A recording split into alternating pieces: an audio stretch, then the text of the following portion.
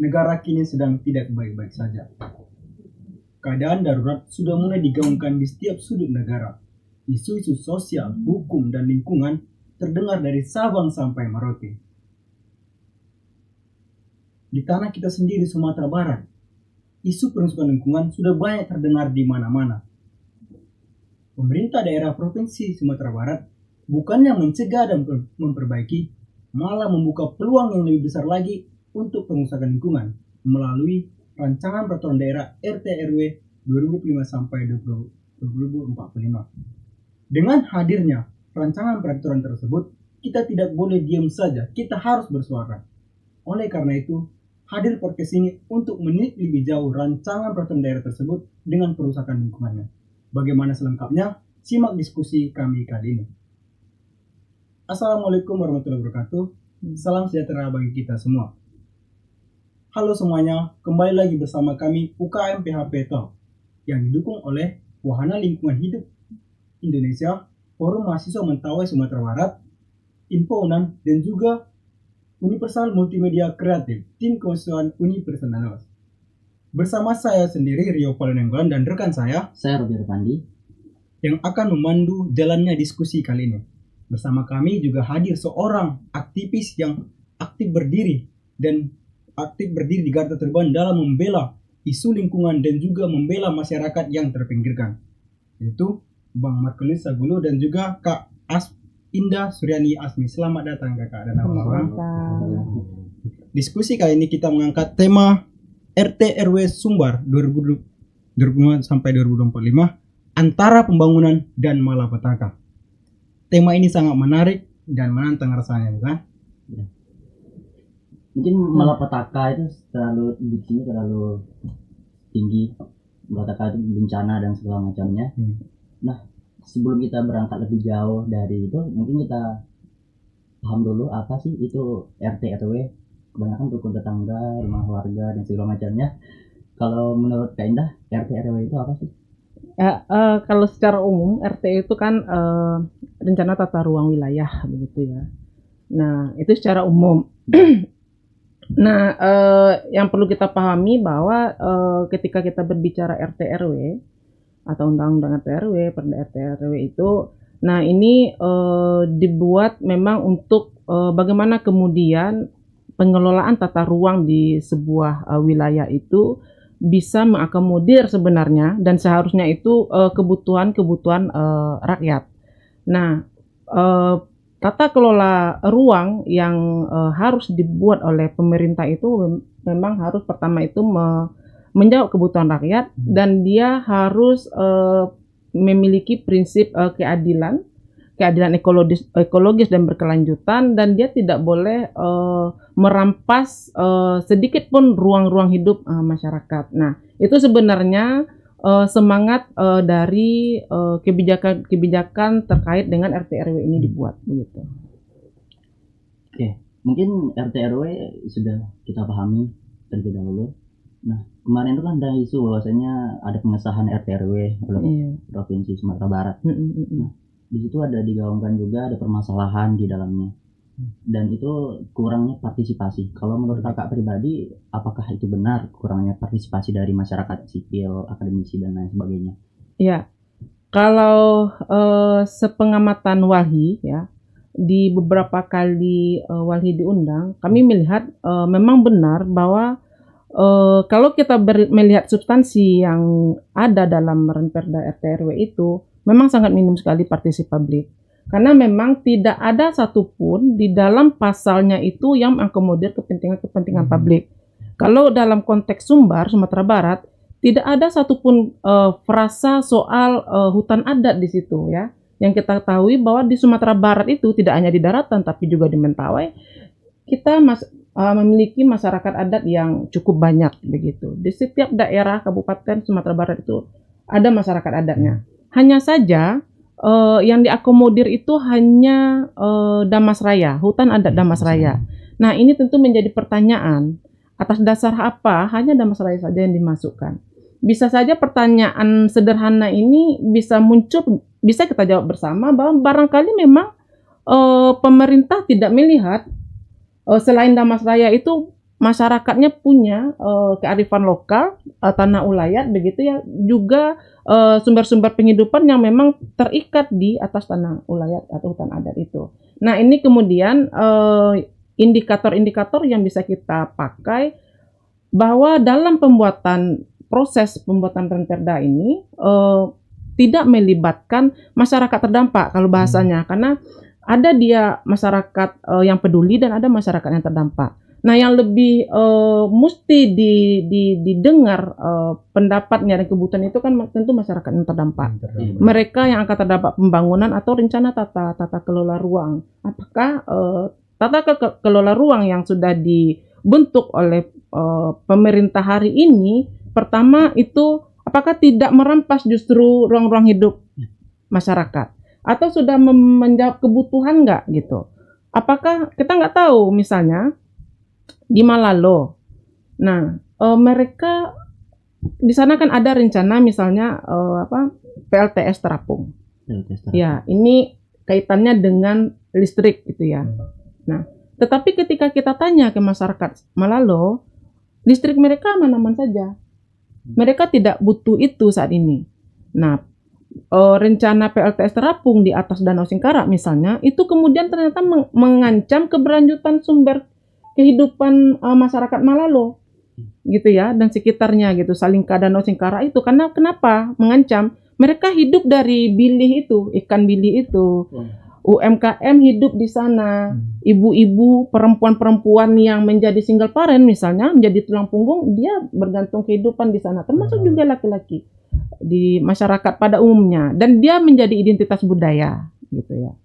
Nah, itu salah satu. Nah, misalnya satu lagi, Mentawai juga, misalnya dalam proses di tanggal 8 Maret kalau tidak salah ya, ada pemerintah dari Mentawai yang kemudian mengusulkan untuk perluasan wilayah mereka. Nah, itu ditolak secara sama pansus ya waktu itu, dengan alasan, ini saya dengar nih, ya Mentawai terima aja lah apa yang sudah diberi gitu. Nah, dari mata padanya aja gitu. Nah, begitu sehingga, nah artinya ini ada ketidakberpihakan baik secara berpikir maupun keberpihakan secara ya pemerintah, tanggung jawab pemerintah terhadap warga negara misalnya, itu tidak dimiliki oleh pemerintah Sumbar hari ini. Itu tercermin dalam Renperda RT RW yang sedang diproses di Kementerian SDM gitu. Kalau dari pandangan dari Abang sendiri, apakah dalam proses pembuatan Renperda ini memang tidak ada melibatkan masyarakat Mentawai, atau ada sekelompok orang yang sudah diajak tapi tidak terlalu menyangkut kepentingan banyak orang? Oke. Kalau kita bicara soal RT RW ya, kemarin itu justru tidak transparan.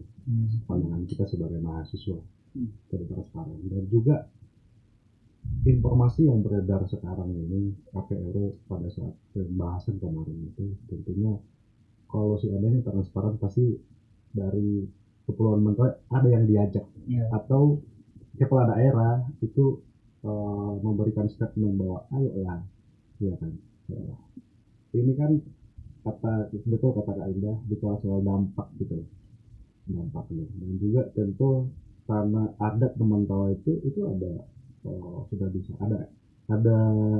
sudah disahkan oleh Bupati waktu itu.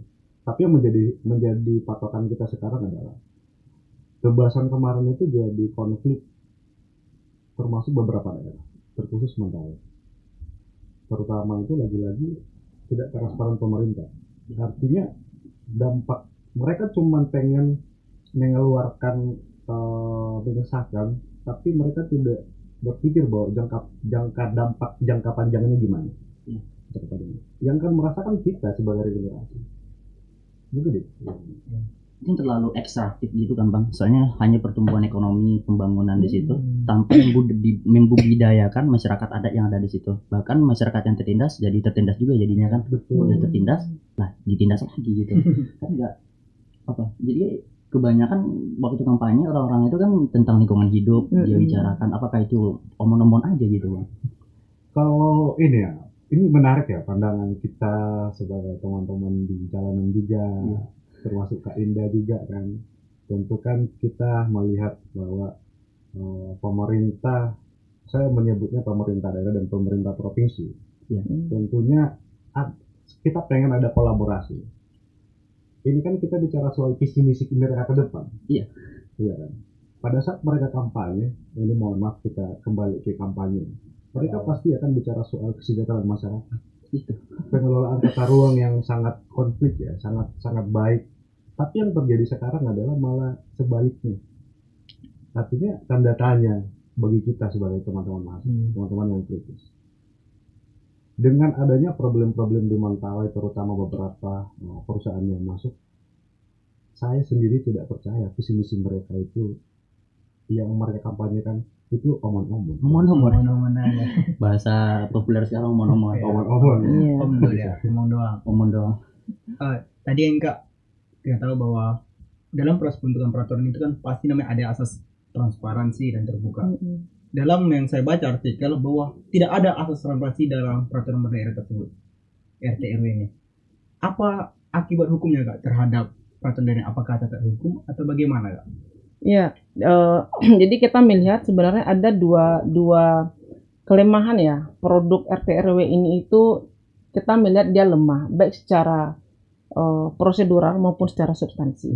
Nah, secara hukum harusnya dia ketika dia menjadi cacat maka dia tidak bisa tidak bisa dipakai sebenarnya.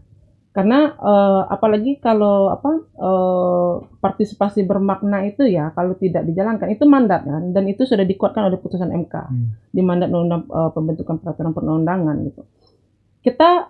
Saya pikir pemerintah lupa kenapa semangat partisipasi bermakna itu kemudian ditekankan dalam pembentukan peraturan perundang-undangan. Nah, tentu ini ada kekhawatiran. Kalau misalnya berbicara tata ruang, tata kelola, dia tidak bisa dilepaskan dari lahan gitu ya, tanah begitu ya, atau wilayah kelola. Dan di situ orang banyak hidup. Manusia hidup di atasnya, manusia punya kebutuhan dan kepentingan. Nah, juga mungkin ada konflik gitu ya. Jadi hal itu kemudian yang harus terlebih dahulu dipetakan, dianalisis gitu ya oleh pembuat kebijakan gitu, pemerintah CS gitu ya. Kalau misalnya sedang bersengketa, itu kalau secara hukum dia belum boleh, nggak boleh diapa-apain gitu. Selesaikan dulu.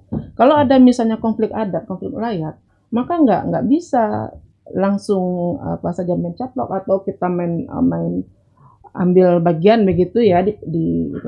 Nah, sudah seharusnya kalau kami berharap semoga podcast ini juga sampai nanti ke nasional begitu ya, Menteri atau BPN, karena kita belum dapat kabar prosesnya sudah sampai di mana, apakah sudah dapat register RT/RW itu.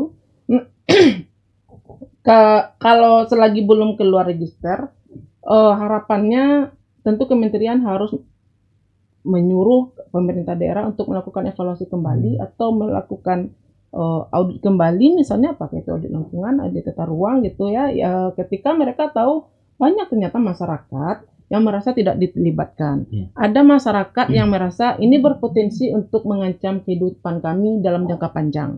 Ini 20 tahun ke depan loh. Kalau artinya penderitaan ini sudah didesain ini 20 tahun belakang untuk orang 20 masa ya generasi hidup yang sebenarnya bisa kita cegah sebelum itu terjadi itu kan. Nah, seharusnya ruang-ruang mitigasi itu harus dibuka lagi oleh kementerian kalau memang ini sampai ya, kalau mereka pun mempunyai keberpihakan gitu ya kepada hajat hidup orang banyak begitu. Dan kalau misalnya prosedur itu kalau secara hukum ya dia nggak boleh ya. Kalau tetap diundangkan maka upaya hukum yang bisa lakukan ya digugat kan gitu. Mungkin kita pergi ke MK mungkin ya. Iya, itu salah satunya kalau undang-undang gitu ya, alternatif atau ke Mahkamah Agung peraturan. Jalan alternatif sekarang populer sekarang kan banyak ke MK orang gugat kan. Iya, karena memang banyak, maksudnya rezim sekarang kan nakal ya, maksudnya dia nggak apa, dia nakal, maksudnya dia banyak trik, banyak pola-pola pelemahan gerakan sosial misalnya gitu kan, pola-pola bagaimana kemudian mereka menggalang dukungan untuk menutupi mungkin kejahatan misalnya. Nah, Kayak undang-undang TNI kemarin ya. betul, ya, banyak cara. Jadi ya Di hotelnya rapat. iya, itu termasuk celaka juga yang undang-undang itu. Yang memang dia produk yang tidak ada partisipasi publik di dalamnya. Gitu. Nah, ini poin menarik sekali kalau kita lihat teman-teman. Memang konflik itu memang setelah adanya pengesahan dan segala macamnya pasti ada konflik dan segala macamnya. Baik itu lingkungan dengan masyarakat, dan kita nggak tahu ada gesekan sosial nantinya yang akan terjadi. Nah, setelah pengesahan itu yang perlu kita lihat di Pulau Mentawai ini, Kak. Karena ya salah satunya harus itu fokusnya. yang ada di situ kebanyakan banyak orang yang membangun pembangunan di situ tanpa membudidayakan masyarakat adat di situ. Bahkan biodiversitas juga kena dampaknya. Salah satu kasusnya adalah Sipora Utara dan Sipora Selatan. Kalau abang yang dari Mentawai, gimana sih catatan-catatan kritisnya terhadap pulau-pulau tersebut, Bang? Siap.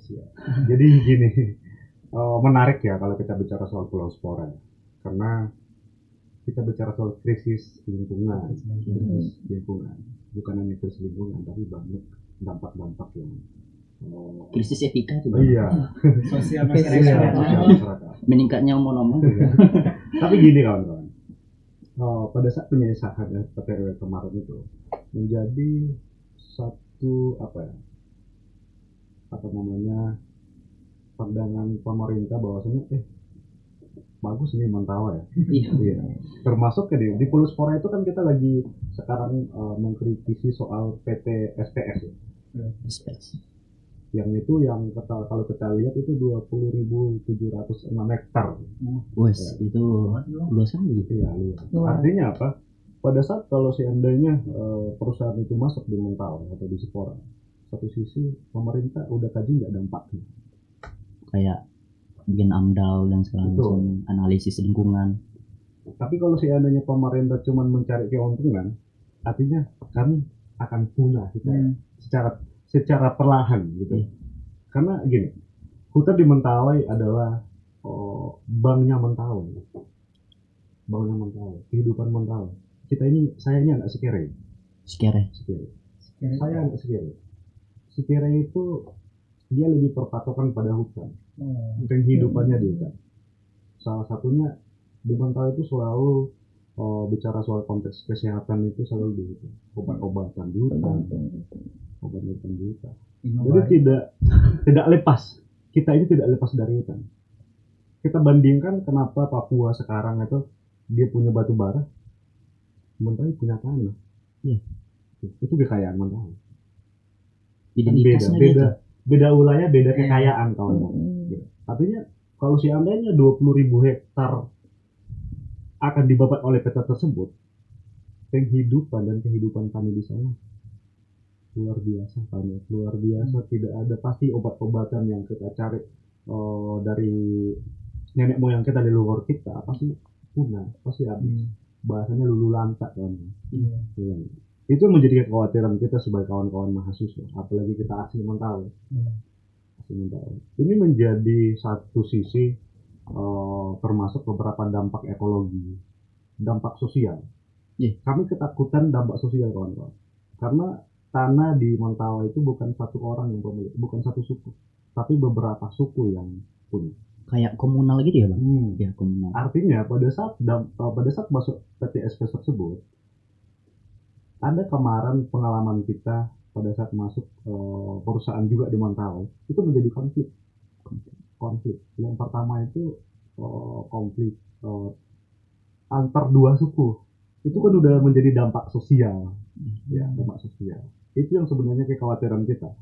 Karena kita ini pengen pemerintah daerah itu tidak hanya di lautan dia bersuara soal saya Mentawai punya laut. Kemarin Bupati Kepulauan Mentawai marah-marah di depan gara-gara bule yang nggak kasih paspornya. Artinya jangan pandangan soal laut saja, tapi pandangan tentang konteks hutannya. Hutannya apa? Ada yang masyarakat di sana, kehidupan masyarakat di sana. Jadi bukan tentang laut saja pemerintah daerah menyuarakan, tapi penting persoalan hutan, karena hutan itu adalah Bang kami Mentawai, itulah Ya, Jati diri. iya Jati jati diri. diri kami. udah jadi identitas gitu. Investasi ya. ya. Kayak ilmu-ilmu alam sekarang kan nggak dipandang di zaman modern sekarang, Bang. Betul. Karena orang tuh rasionalitas diuntungkan tanpa melihat ada unsur spiritualitas di dalamnya gitu. Otomatis kalau kita nggak melihat itu poin-poin dari AMDAL, lingkungan dan hutan yang itu menjadi keselarasan hidup bagi masyarakat Mentawai gitu. Dan itu nggak kontekstual. Contohnya kayak RT RW itu. Kalau menurut kakak sendiri, apakah RT RW itu kontekstual gitu? Apakah hanya sekedar dibabat semuanya semua sama gitu? Ya, kalau kita lihat ya produk-produk daerah itu, saya berbicara daerah karena kita di daerah gitu ya. Mereka kebanyakan copy paste ya. Copy paste. Ya, dia tetap meskipun ada tenaga ahli di dalamnya ya, tapi itu tetap keberadaan ahli itu seharusnya kan kalau kami memandang seharusnya sebagai orang yang mengingatkan ketika wilayah ini misalnya tidak boleh misalnya dijadikan proyek strategis nasional misalnya atau wilayah industri, maka di situ peran-peran tenaga ahli begitu ya. Nah, tapi kalau kita lihat produk hari ini tenaga ahli atau pihak-pihak yang lain itu hanya sebagai syarat pemenuhan, ini sudah dilibatkan semua orang, stakeholder yang punya skill di bidangnya masing-masing, tetapi secara substansi sangat sekali cacat ya. Maksudnya kalau RT RW sekarang sangat sekali tidak mewakili kebutuhan atau apa yang menjadi tidak melihat kondisi Sumbar hari ini. Nah, misalnya salah satu beberapa di antaranya seperti ini. Di beberapa pasalnya itu saya lupa ya. Misalnya untuk Sumbar itu ya, data Walhi mencatat bahwa kegiatan illegal logging di Sumbar itu besar ya, besar. Terlebih ketika kita berkaca dengan kasus illegal logging tambang ilegal di Solok Selatan itu, di situ mulai terkuak ya rantai-rantai atau orang-orang yang membackingi misalnya tambang ilegal begitu. Nah, di Sumatera Barat nyaris tambang-tambang yang ada di Sumatera Barat itu dia ilegal semuanya. Itu catatan Walhi. Nah, kenapa sampai hari ini masih subur ya? Karena orang-orang tadi ada yang membackup. Nah, sementara kita tahu Sumbar itu dia punya wilayah-wilayah dengan risiko potensi bencana tinggi, besar gitu ya. Nah, itu kemudian jadi jangan selalu kita menyalahkan perioderisasi misalnya gempa. Nah, ini memang sudah masuk periodenya gitu ya. Gitu kan. Ini sudah masuk periode banjir. Nah, kalau Wahyu melihat dia tidak lebih apa yang terjadi hari ini, dia lebih kepada bencana ekologis. Bencana-bencana alam yang pemicunya itu ya kerakusan manusia. Ya. Pengerukan besar-besaran, eksploitasi besar-besaran tanpa ada pemulihan, itu parahnya.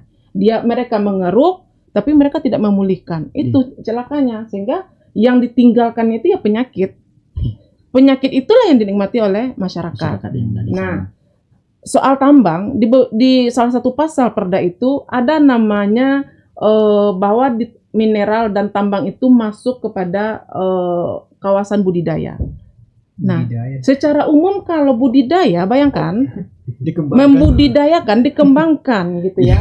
Di tengah-tengah kondisi penindakan hukum terhadap tambang ilegal tidak dijalankan pemerintah, ya.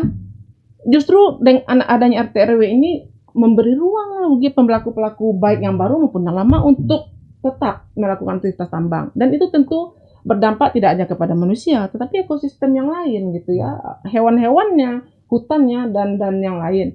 Terus soal tambak udang ternyata, tambak udang di wilayah pesisir itu juga diberi ruang untuk tetap dikembangkan.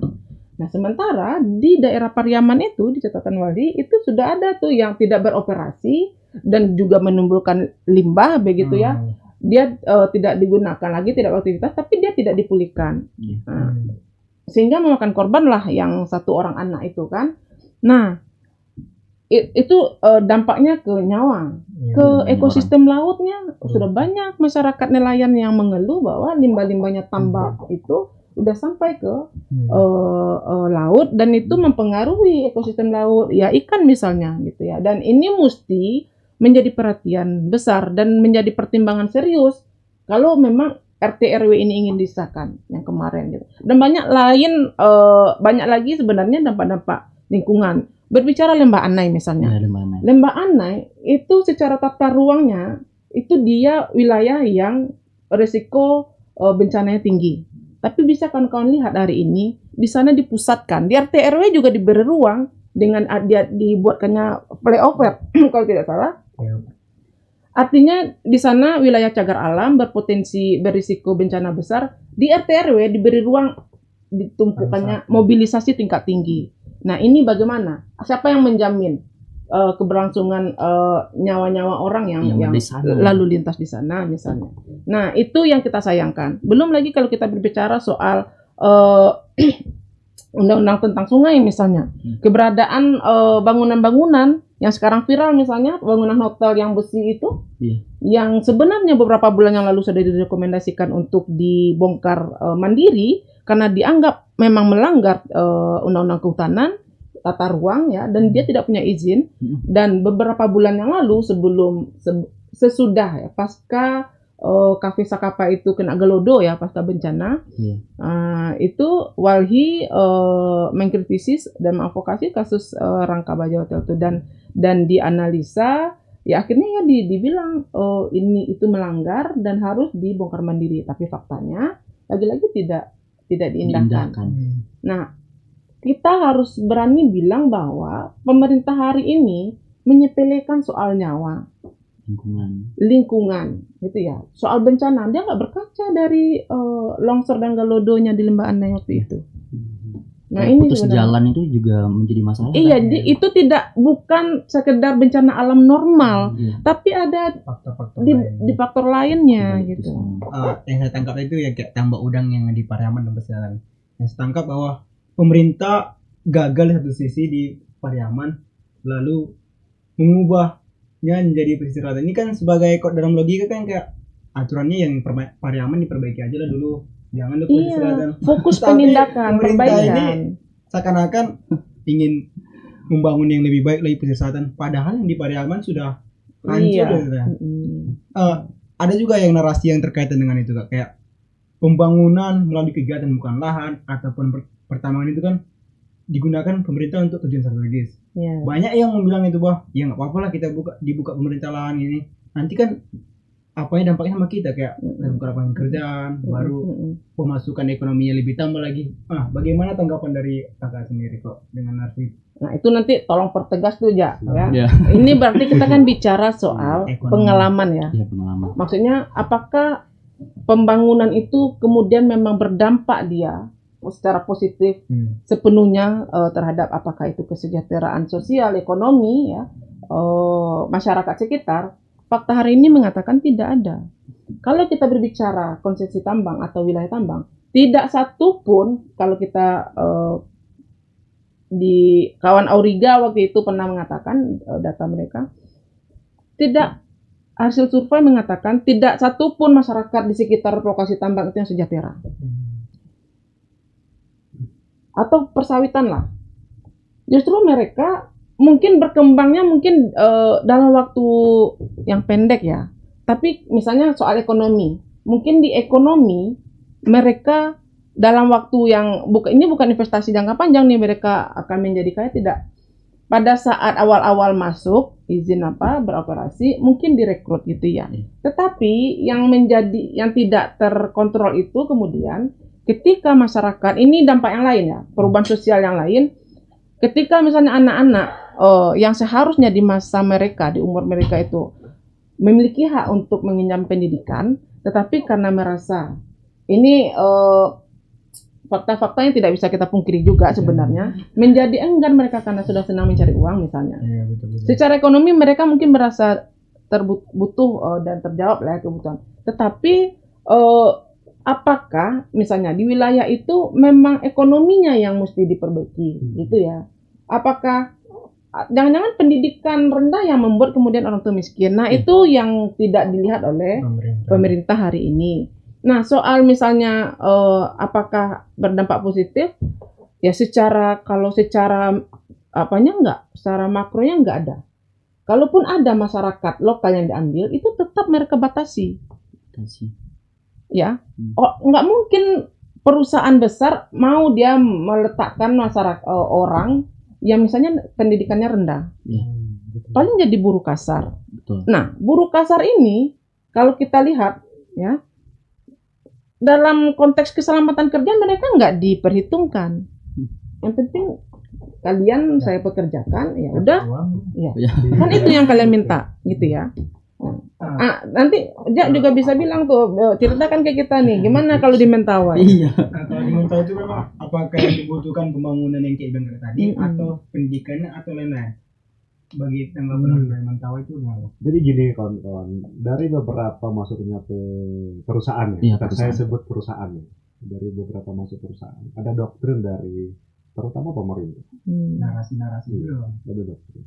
Yang kedua, doktrin dari perusahaan. Artinya mereka bicara soal konteks menjanjikan. Kalau kita bicara soal ekonomi, kita butuh secara finansial. Kita butuh. Tidak menolak fakta. Iya. Seringkali yang menjadi doktrin dari perusahaan tersebut adalah mereka, betul kata Kak Ida tadi ya, karena kan kejadian. Artinya pada saat masuknya perusahaan menjanjikan bahwasannya yang punya tanah itu anaknya pasti akan dikuliahkan dan juga akan jadi direktur, ya kan? Itu doktrin. Artinya apa? Pemerintah harus melihat itu. Tanpa masuknya perusahaan kita mampu kok. Untuk mencari beasiswa, belajar tanpa adanya perusahaan. Tapi yang menjadi problemnya adalah pemerintah. Kenapa pemerintah membiarkan persoalan ini? Saya lagi-lagi bicara soal pemerintah karena ini kekuasaan pemerintah gitu loh. Kekuasaan pemerintah. Artinya dia harus mampu, tidak hanya perusahaan. Mentawai itu banyak aset. Aset yang menjanjikan adalah wisata. Iya, wisata. Saya selalu bicara soal kepada pemerintah daerah, kepala daerah menyampaikan bahwa kita ini menjanjikan, wisata kita menjanjikan. Kenapa enggak wisata saja? Jangan rusak utangnya. Itu pertama. Yang kedua adalah otomatis Mentawai itu punya sumber daya itu pangan lokal. Pangan lokal yang terutama itu pisang terbesar di Sumbar. Pisang terbesar di Sumbar. Udah pernah Kak makan nggak? Pernah. Rio udah pernah makan? Baru dengar. Iya. Saya justru melihat proses apa itu waktu saya di sana mau diantarkanlah pisang ini ke Padang. Ke Padang ya. Nah, itu ketika panen. Nantilah bisa kita makan. Menjadi sumber daya tersendiri ya. Iya. Perlu kayak yang ada pertambangan. Sebenarnya tidak penting sih. Tidak bagi kami tidak penting. Karena pisang tersebut itu juga menjanjikan. Sumber ekonomi juga. Selagi dia tidak dirampas gitu ya. Kenapa? Kalau bagusnya pemerintah daerah hadirkan perusahaan contohnya bikin satu tempat yang mendukung supaya stabil ekonomi masyarakat. Tapi kalau pemerintah cuman bahasanya kan oknum yang bermain gitu loh, cuman kepentingan individu, artinya dampaknya akan keseluruhan Mentawai jangka panjang. Itu kekhawatiran kita sebagai teman-teman mahasiswa Mentawai. Berarti pemerintah ini tutup mata ya terhadap kelebihan dari mencari pisangan dari. Kalau misalnya pisang itu dimanfaatkan kayak membuat keripik kan pasti bisa menjadi sumber daya yang tersendiri. Lokalitasnya sendiri gitu. Bisa ke mancanegara nanti di ekspor tuh. Iya. Apalagi pisangnya besar pula, ada lokalitasnya, identitasnya juga kan. Dari Mentawai khas. Wah, kan keren nanti oleh-oleh kan bawa kamu ke kampung nanti pulang ke Medan. Oleh-oleh dari Mentawai ini mak, bangga tuh orang tua. Itu kalau kita bicara soal pisang ya, pisang kita ini saya sebut terbesar di Sumatera Barat karena sudah banyak beberapa saya ke Pekanbaru, itu Pekanbaru pisang dari Mentawai. Tidak mulai tapi ketika masuk itu nanti dibabat ke semuanya kan kita nggak tahu. Iya, itu kekhawatiran kita. Yang lucunya penguasa kita kan dia penikmat kepiting non lobsternya mentawai kan. Iya. Nah, tetapi dia mau mengancam ekosistem, maksudnya Ah. kebijakan-kebijakannya justru akan memunahkan itu kan Yang- ekosistem yang ada. Ya pada akhirnya kita mempertanyakan pemerintah tuh hadir nggak untuk masyarakat gitu kan. Nah sebenarnya saja banyak lokalitas yang ada di Mentawai yang bisa menjadi apalah ciri khas kekayaan Mentawai tentang pisang itu tadi, dan itu bisa untuk pertumbuhan ekonominya.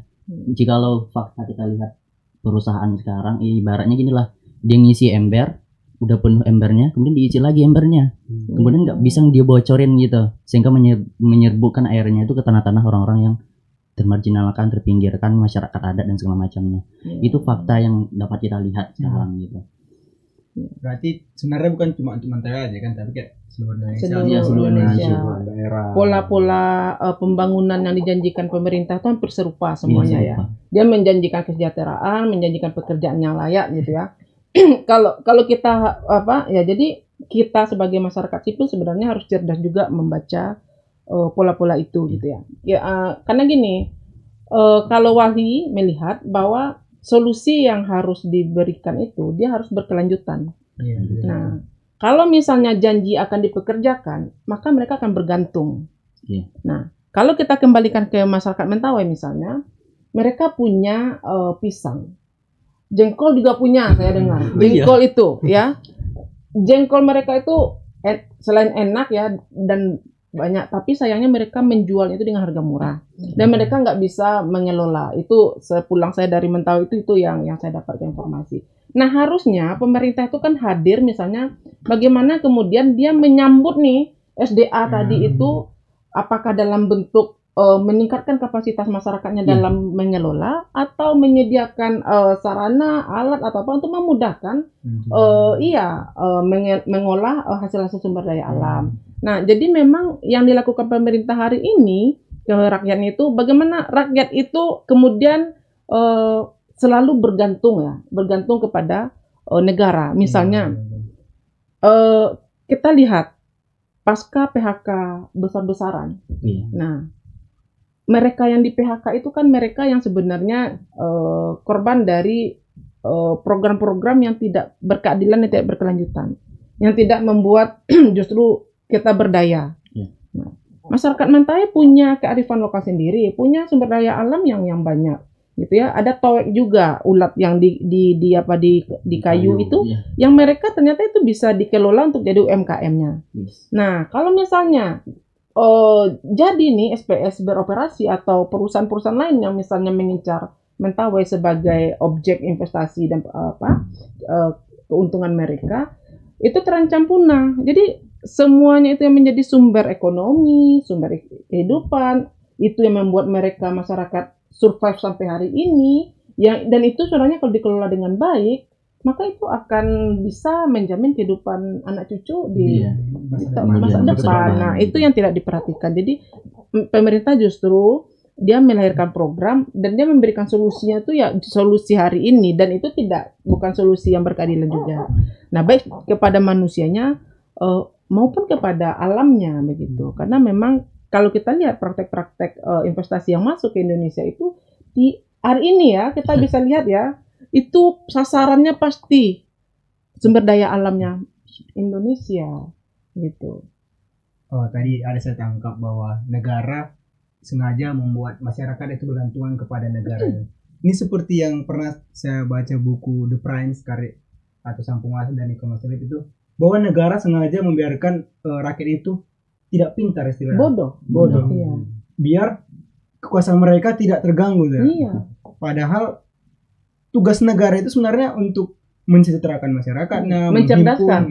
Kalau misalnya konstitusi itu di pembukaan undang dasar kan.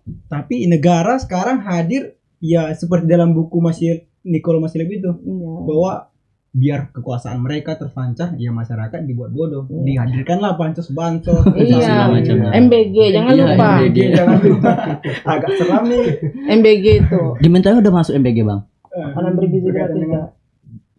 dalam proses kayaknya. Padang juga belum. Iya, Padang belum. Padang juga belum. Nggak tahu kayak mana pemerintah. Tapi gini kawan-kawan, ini kalau kita berkaca dengan masuknya perusahaan di Mentawai, saya khawatir beberapa masyarakat awam yang tidak mengerti tentang apa dampak-dampak Iya. yang terjadi di masa depan, itu kekhawatiran kita. Iya. Artinya ini adalah PR kita Semua.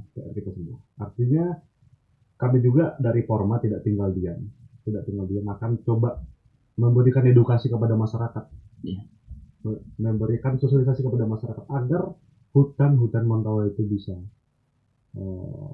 terjaga dan juga bisa masyarakat tuh bisa beradaptasi seperti biasa. Kekhawatiran kita itu lagi-lagi orang yang tidak betul kata yang pemerintah hadir itu atau negara hadir itu cuma membodohi masyarakat. Itu kekhawatiran kita. Makanya ini PR kita ke depan. PR kita ke depan tidak hanya Mentawai tapi beberapa daerah yang ada di Sumba dan seluruh Indonesia. Supaya ada beberapa mahasiswa, silakan sampaikan kepada orang tuanya bahwa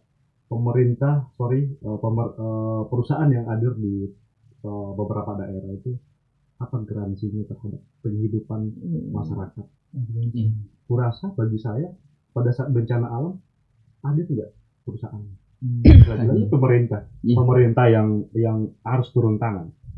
Itu harus dikaji juga, pemerintah harus ngomong juga, harus bisa lebih speak up persoalan ini supaya kalau seandainya pemerintah cuman iya saja tali ulur, kapan kita bicara soal visi misinya, bicara soal kesejahteraan? Percuma visi misi atau pada saat kampanye pengen memajukan Mentawai, pengen memajukan Indonesia, tapi malah merebut atap udat Mentawai atau tanah wilayah Mentawai atau tanah wilayah seluruh Indonesia ini. Artinya dia mengerti nggak bahwasannya penghidupan kita secara finansial atau ekonomi kita mengerti nggak? Kurasa pemerintah tidak mengerti soal itu. Jadi jujur saja, terserah pemerintah mau marah hari ini, tapi jujur. Karena kita yang merasakan dampaknya, regenerasi kita yang merasakan dampaknya. Karena mungkin mereka secara kekuasaan mungkin 5 tahun, 6 tahun, atau 10 tahun ke depan setelah selesai, kan dia banyak aset, dia bisa kemana-mana. Tapi kita masyarakat yang awam, masyarakat yang tidak punya apa-apa, apakah kita seperti ini saja? Artinya kita punya pola pikir juga, bagaimana saya seperti menggali gagasan, bagaimana saya besok menjadi orang besar. Tentunya kita punya impian secara individu, termasuk masyarakat awam.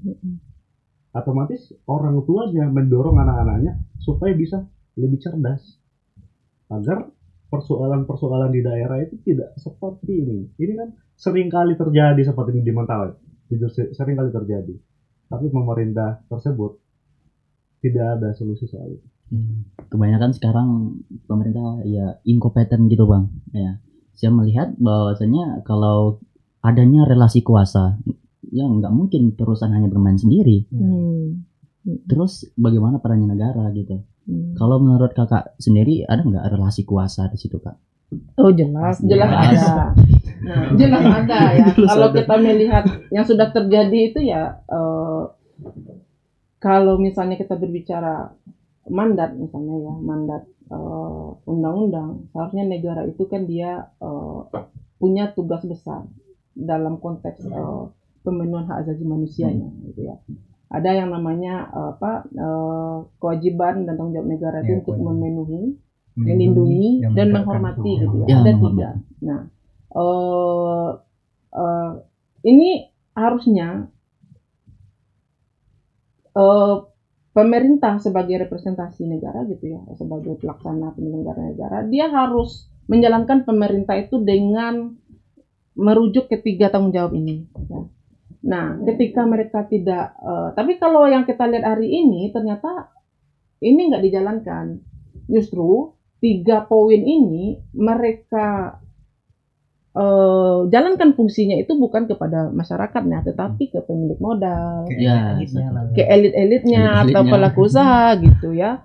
Nah itu kan bukan rahasia apa lagi ya, sudah Umum. menjadi rahasia umum. Iya. Kita bisa mengatakan seperti itu, kita sudah melihat dampak-dampaknya dan Sudah merasakan perbuatan, juga iya, sih. merasakan juga begitu ya, ya soal misalnya soal efisiensi anggaran Anggaran. pendidikan begitu ya. Mungkin mereka bilang ini nggak ada pengaruhnya ke kawan-kawan mahasiswa nanti ya, tapi faktanya ada ya, Banyak. iya ada yang dipangkas beasiswa segala macam.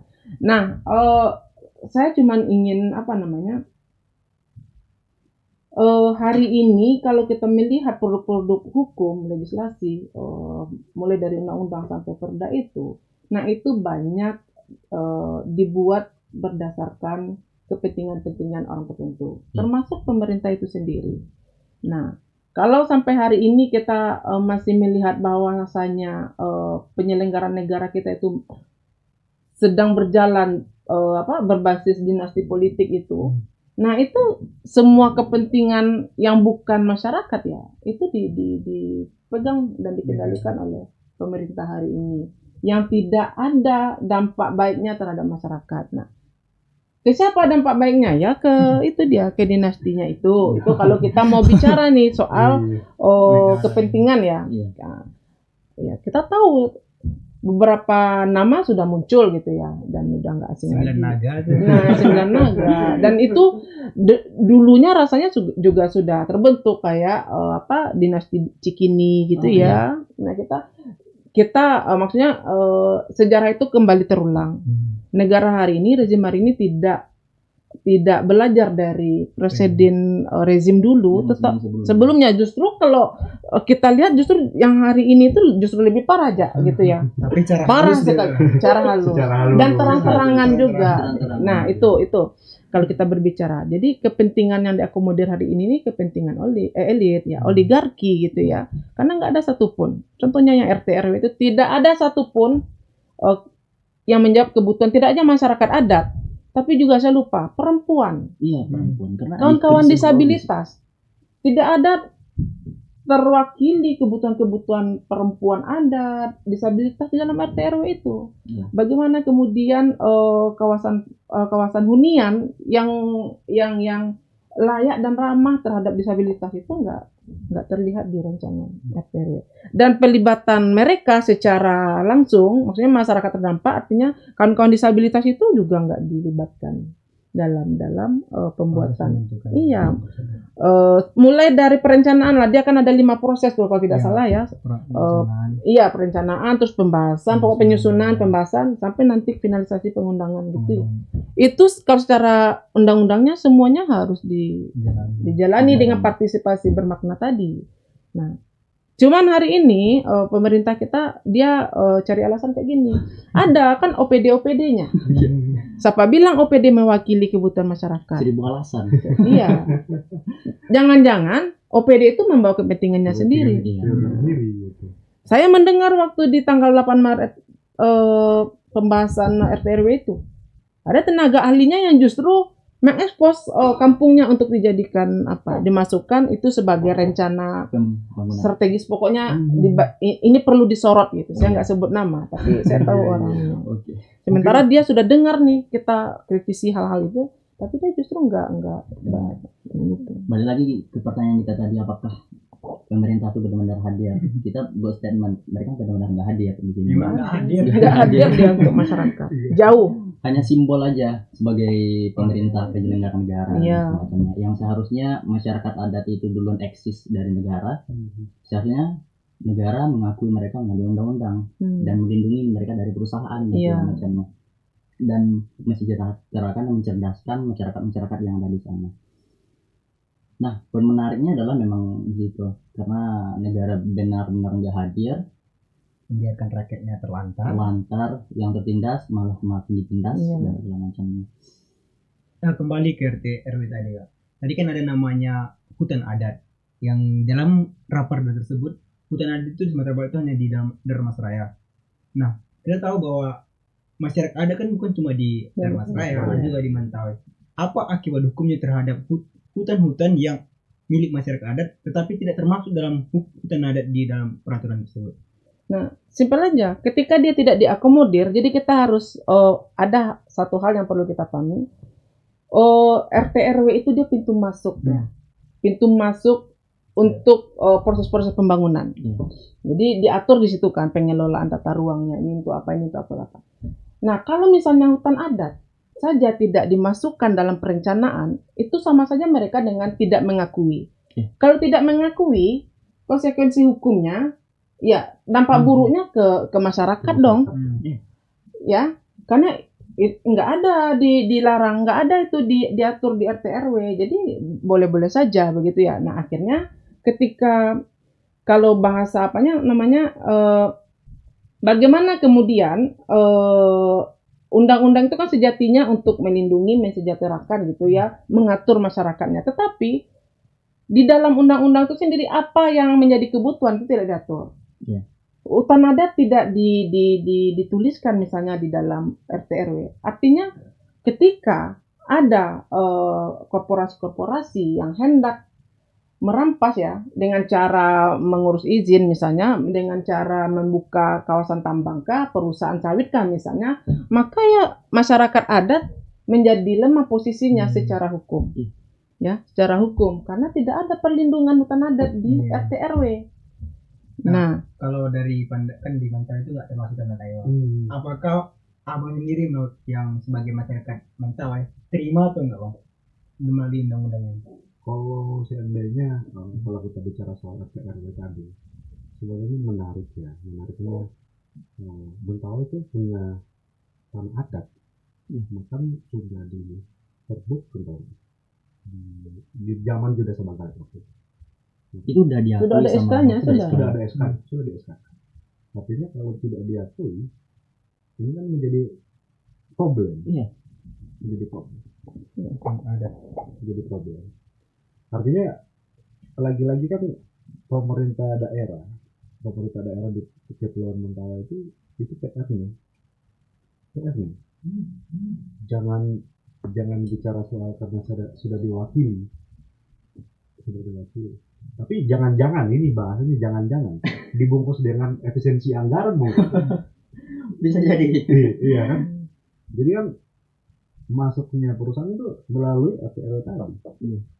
Mulus, bukannya mulus sebenarnya, tapi ada celah gitu kan. Ada celah, betul. Bendang celahnya. Ketakutan kita nih Kak Indah, ketakutan kita di Mentawai itu adalah pada saat perusahaan-perusahaan beroperasi, kekhawatiran kami sebagai generasi ini mau jadi apa kami besok kalau hutan kami dibabat, obat-obatan kami hilang, tradisi kami, budaya kami hilang. Mau seperti apa kami besok, itu kekhawatiran kami di Mentawai. Apakah akan besok Mentawai hilang? Nggak tahu. Susah itu. Kalau misalnya soal obat-obat saja bergantung ke hutan kan, kalau sistem BPJS hari ini nggak bisa dipercaya. Itu barusan kemarin. Nah gitu ya. Makanya itu hutan itu kalau bagi Mentawai itu nyawanya. Nah, tabungan mereka itu yang akan menghidupi mereka. Itu aja ya. Iya betul. Ada kemarin pengalaman kita beberapa, termasuk si Kere kemarin berobat di Yosudarso, tinggal di sekretariat Formal. Jadi kita diskusi masalah soal cara dia pengobatan, mencari obat di mana. Dia sampaikan, saya selalu mencari obat itu di hutan. Artinya si Kere dan juga tradisi Mentawai selalu di hutan. Obat herbal. Pada saat perusahaan masuk, hilangnya obat-obatan tersebut, Mentawai itu mau cari obat tidak. Kalau di hutannya sendiri rusak, mau kemana kita mau cari obat? Dan juga masalah BPJS itu apakah garansi soalnya?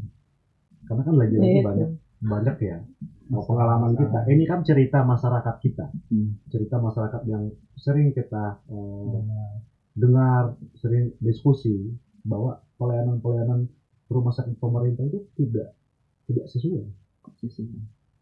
Ini pandangan masyarakat ya, bukan kita ngada-ngada. Artinya kalau dengan konteks tersebut artinya pemerintah harus memperbaiki, jadi evaluasi.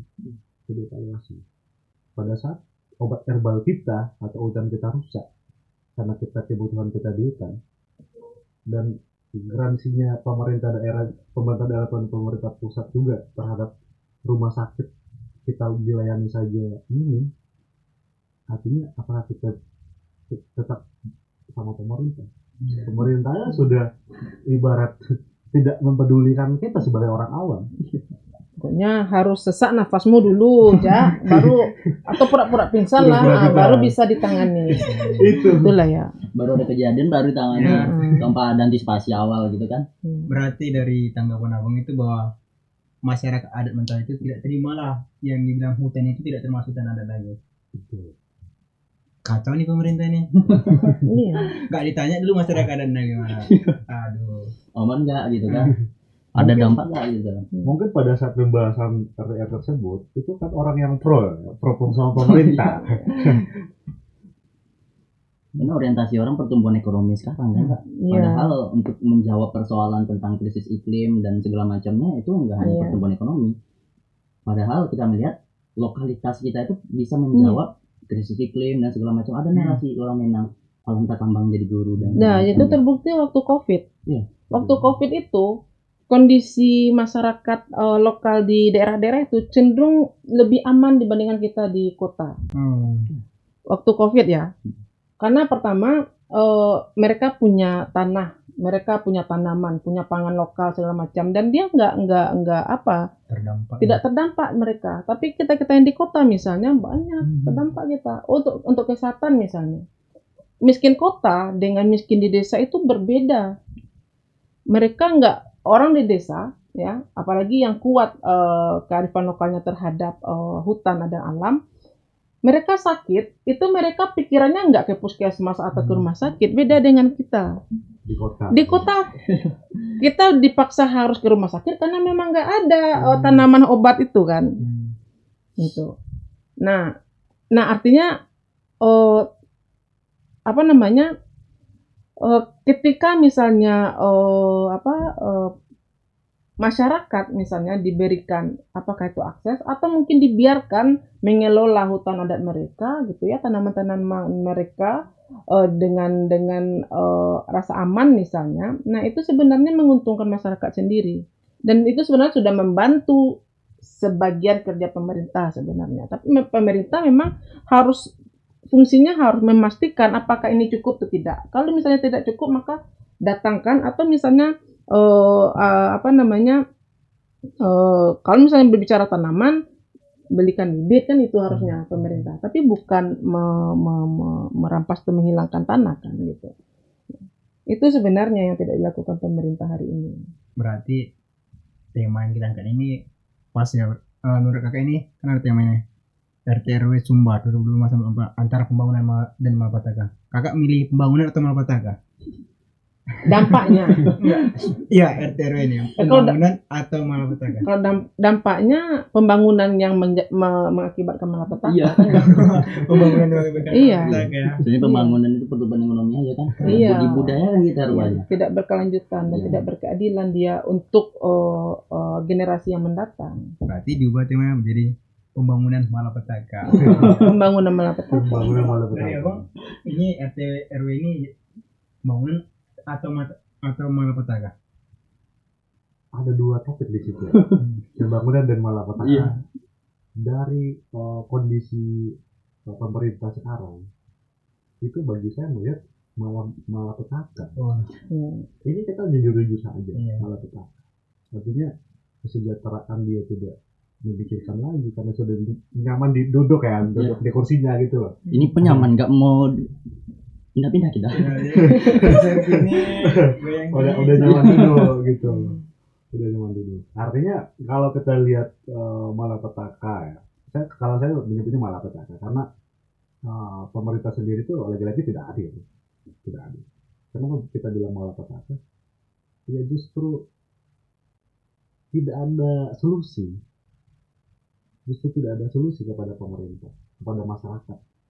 Setidaknya pemerintah ini kasih solusi kepada masyarakat, menyampaikan dampak-dampak apa di masa depan, sehingga kita tidak khawatir. Makanya kita sebut Widih, ini malah petaka gitu loh. Malah petaka. Bencana bagi masa yang akan datang. Berarti ini menjadi catatan merah lah bagi daerah pemerintah Sumbar ya kan. Pada kata merah ya. Biar dikeluarkan langsung. Ini Merah. kalau putih nyerah. Tapi bukan hanya untuk Sumber Raya sebenarnya kan, tapi untuk pemerintah pusat Iya. dan lain-lain. Dan Karena kita lihat bahwa ini sudah terstruktur, tidak Iya, bisa dia- dilepaskan dari atas. Bencana. Dari Iya, betul. Soal izin misalnya kan itu tuh dari pusat. di mana-mana pun kayak yang baru-baru ini di Papua. Iya. Bayangkan saya tidak tahu situ ada tambang nikel karena setahu saya itu memang tempat wisata. Padahal tiba-tiba ada dari Greenpeace ini memang menjadi tempat tambang nikel di pulau-pulau tersebut. Kan menjadi sebuah kesedihan bagi kita yang sebenarnya yang kita ngomong tadi bahwa sumber daya alam itu yang bukan hanya cuma pertambangan, kayak ada pariwisata yang lainnya yang harus dimanfaatkan tetapi tidak dimanfaatkan oleh pemerintah. Sama seperti di kejadian Mentawai ya. Oh, itu. Iya, betul.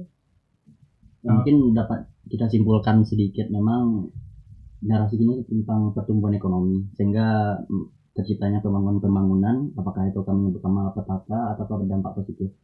Nah, untuk menjawab persoalan itu kan kita melihat hanyalah pertumbuhan ekonomi dan pembangunan saja tanpa melihat lokalitas yang bisa menjawab itu semua, yaitu perubahan iklim, Iya. COVID kemarin, dan itu bisa dijawab oleh lokalitas gitu. Iya, betul. Seperti yang Kak dikatakan tadi, rupanya nggak hanya logika pertumbuhan ekonomi aja bisa menjawab itu semua. Mungkin Rio bisa selesaikan. Mungkin kita apalah minta kesimpulan dari kakak. Mungkin dari kakak dan kesimpulan dari podcast Kesimpulannya kita. kayaknya udah sesuai judul, malah petaka. Ya, ya kesimpulannya sebenarnya kebijakan-kebijakan yang ada hari ini, pertama itu dia tidak berpihak kepada rakyat atau masyarakat, juga tidak berpihak kepada keberlangsungan lingkungan yang baik, begitu ya. Karena tidak hanya manusia saja yang sebenarnya mesti dirawat dan dijaga, tapi juga lingkungan, karena dia balance, dia berjalan beriringan itu. Kalau misalnya, karena kita tahu manusia itu bisa hidup dan survive itu karena bergantung dengan sumber daya alam. Ketika mata rantai kehidupannya diputus atau dirusak, maka juga akan berdampak ke manusianya. Nah, terus yang kedua, ya ini mungkin saya nggak tahu kalau saya bilang ini harapan saya agar pemerintah daerah atau pusat sadar, saya pesimis saya kapan sadarnya kan begitu. Sadarnya pesimis saya, tapi setidaknya mereka harus tahu bahwa masyarakat hari ini tidak bodoh seperti yang ada di pikiran mereka. Sudah banyak masyarakat yang tahu akan hak-haknya, yang kritis gitu ya, yang kritis sehingga mereka hadir gitu ya dan mempersoalkan produk yang bermasalah yang menurut mereka itu tidak berpihak kepada mereka. Nah, kemudian saya juga menghimbau kepada pihak-pihak yang berwenang baik yang di pusat maupun di daerah itu mengevaluasi kembali kebijakan-kebijakan bermasalah itu. Nah, kalau yang sedang dalam proses pengesahan atau apa, tolong dievaluasi lagi deh gitu ya. Lihat lagi nih di akar rumput itu adem ayam atau sedang bermasalah, gitu ya. Itu harus dipastikan. Karena saya sampai hari ini masih meyakini bahwa kalau misalnya sebuah produk itu baik itu produk hukum maupun produk politik, ketika itu dibuat dan dipegang atau dikendalikan oleh orang-orang yang tidak baik gitu ya, maka percayalah juga hasilnya juga tidak akan baik gitu. Atau hanya mengakomodir kepentingan beberapa pihak saja gitu. Dan itu siapa yang dirugikan? Tentu masyarakatnya. Kenapa masyarakat? Karena masyarakat tidak ada power. Masyarakat sudah menguasakan semua dirinya itu ke pemerintah gitu. Nah, harusnya sadar pemerintah. Itu ya, harusnya pemerintah sadar.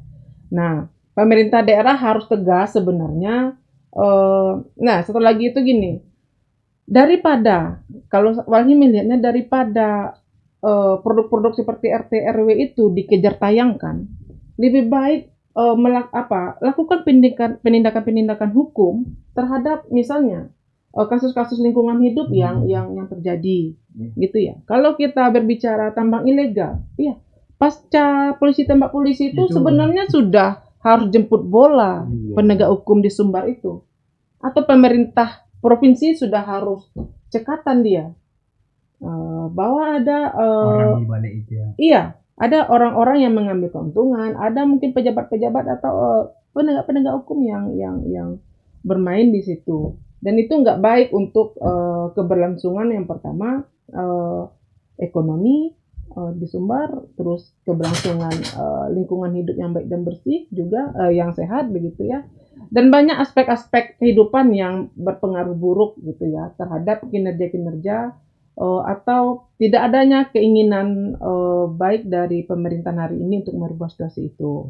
Nah itu saja Pak. Kalau kesimpulan Aryo? Kalau dari kita malah petaka ya. Iya, ujung-ujungnya. Kalau dari kita sih gini, mungkin ini pemerintah harus tetap, ini saya menyebutnya pemerintah daerah karena di Mentawai. Pemerintah Mentawai atau kepala daerah Mentawai itu harus juga sesuai dengan visi misinya. Dan juga masalah-masalah yang ada di Mentawai, jangan mendoktrin atau jangan memberikan konteks kepada masyarakat awam bahwa dijanjikan, dipekerjakan segala macam.